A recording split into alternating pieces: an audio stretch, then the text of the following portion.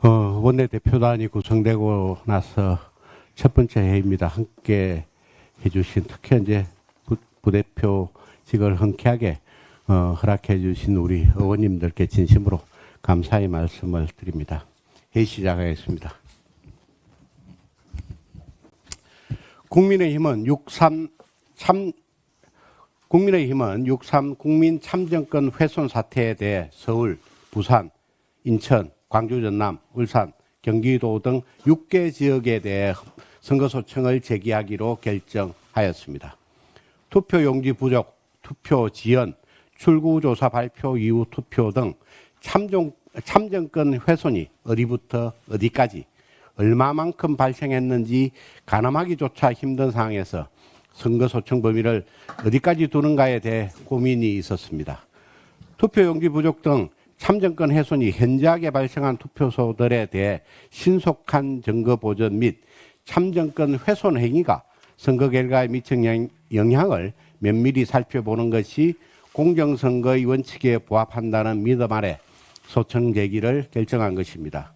국민의힘은 당의 정치적 유불리보다 오로지 국민의 참정권 훼손을 최우선 가치로 두고 이 같은 결정을 내렸다는 것을 말씀드립니다.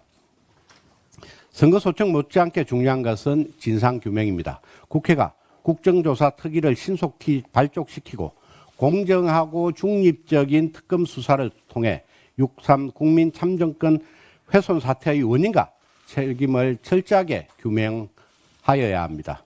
투표용지 한 장의 공정을 지키는 대한민국을 위해 시급한 것은 공소취소 특검이 아니라 선관위 특검입니다. 서울주택 평균 매매 가격이 사상 처음으로 10억 원을 돌파했다고 합니다. 내용을 들여다보면 상황은 더욱 심각합니다. 올해 들어 5월까지 서울 아파트 가격이 3.81% 올랐습니다. 작년 같은 기간에 비해 2배 가까운 상승률입니다.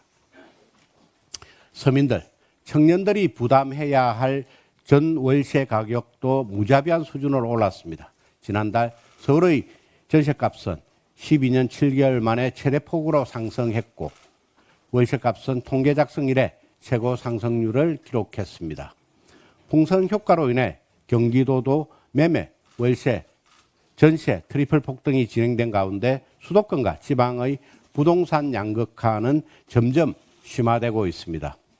지방의 평균 주택가격은 2억 3,995만 원 수준으로 서울과 지방의 집값 격차는 4.17배로 벌어졌습니다.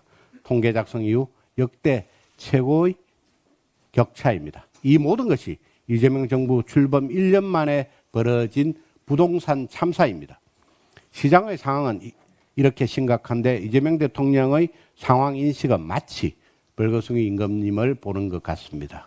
이재명 대통령은 지난주 취임 1주년 기자 간담회에서 내가 1월부터 구두 개입을 통해 눌러놓지 않았으면 엄청나게 폭등했을 것이라고 자아자찬하는가 하면 전월세 가격에 대해 대폭등은 아니었다고 강변했습니다.